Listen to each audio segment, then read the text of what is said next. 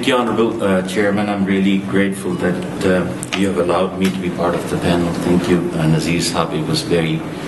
It was an eye-opener for me because living in Lahore for most part of my life, it was even difficult for me to dig out the truth about the princely state of Jammu and Kashmir and our connection with that area, and all the myths and the lies that have been created in Pakistan by the Pakistani agencies about the state, about Pakistan and India's role in how the issue of Jammu and Kashmir has evolved. And even though I'm a state subject, I will just confine myself to the land of Gilgit Baltistan. A lot has been said here about Jammu and Kashmir, and Mr. Khan himself, he said a lot about Gilgit Baltistan. When we talk about the electoral process, then in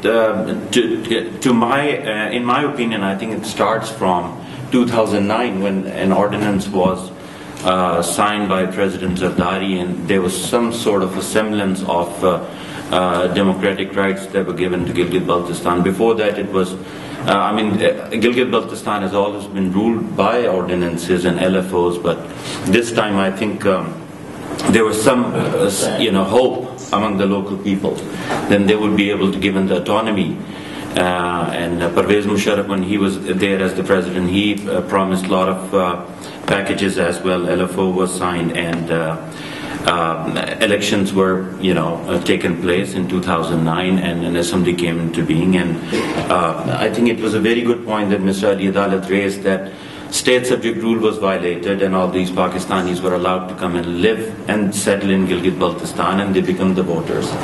And if the Pakistanis are casting their vote to elect the people representatives for Gilgit Baltistan, then that in itself is a huge rigging, because it's not the people. If you go to Gilgit is predominantly Pakistani now, and I'm sure that very soon, maybe in the next 5 to 10 years, Skardu will also become Pakistani cities, so that was the aspect of rigging that I think even the Human Rights Commission of Pakistan did not bring out. And they talked about a lot of other issues like gun culture and vote rigging and what People's Party had done. But I think this issue that deals with the constitutional aspect of the state, so I think that is very important, that I felt it should be brought forward. And two and a half years past, we have seen that this package has failed to provide anything for the local people. The purpose, the objective that was sort of like declared by Pakistan to empower the local people has not been fulfilled. The Law Minister Wazir Shakil himself, in newspapers so many times that their hands are tied. They cannot do anything. And the person who was involved in creating this ordinance, Afzal Shikri, who is the former Inspector General of Sindh from my valley, he said that this package, this ordinance, can be abolished by a section officer in Islamabad, who is a 17 scale officer, the lowest grade in a management group, but cannot be touched, amended, or even discussed by the people sitting in the Legislative Assembly in Gilgit, or the Chief Minister himself. And in the last 2.5 years, we have seen that the Chief Minister has been answerable to Islamabad because he was picked by Prime Minister and President of Pakistan. The cabinet members have been picked by Asif Ali Zardari. All the decisions are being made by Asif Ali Zardari. So basically they have no incentive to be answerable to their own people who elect them. So I think this package has failed in so many ways. Gilgit Baltistan Council has been created, and I think I don't want to repeat what Mr. Khan said, which basically deals with all the resources. So if you want to talk about the empowerment of people, empowerment comes with money and resources and financial stability.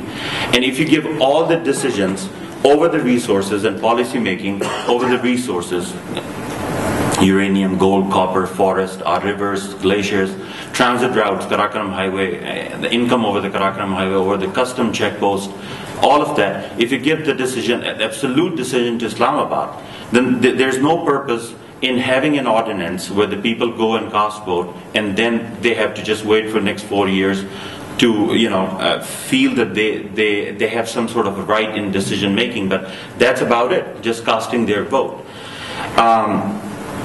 And And my question, I think, what the people in Gilgit-Baltistan are saying that if we do not have any constitutional cover, then any packages or any LFOs ordinances signed by these authorities in Islamabad will be ad hoc.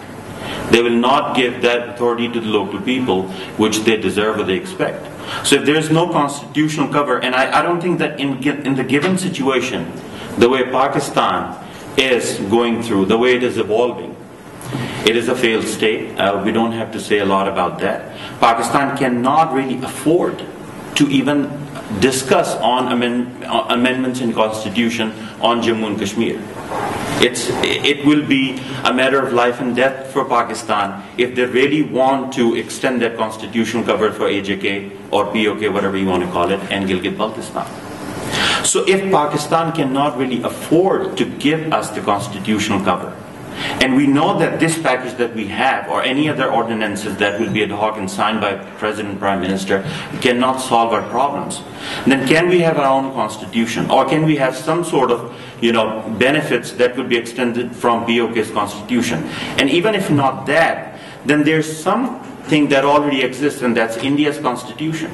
India, by constitution, claims Gilgit-Baltistan, or every inch of the princely state, to be its integral part. So basically, India's constitution provides us that umbrella, that protection, that cover that Pakistan has denied so far. So I think this is something that we need to discuss in future, since the political situation in the world is evolving so fast, that if Pakistan has no will or the capacity, then if there's something already exists, and that's called the protection under India's constitution, can that be extended to Gilgit-Baltistan? If we cannot have any benefits from AJK constitution, then there should be some sort of a constitutional cover provided to us. Otherwise, local people will have no recourse or decision-making power in their hand. So I think now we are discussing things very openly, given the situation in Gilgit-Baltistan, and given the platforms that we get.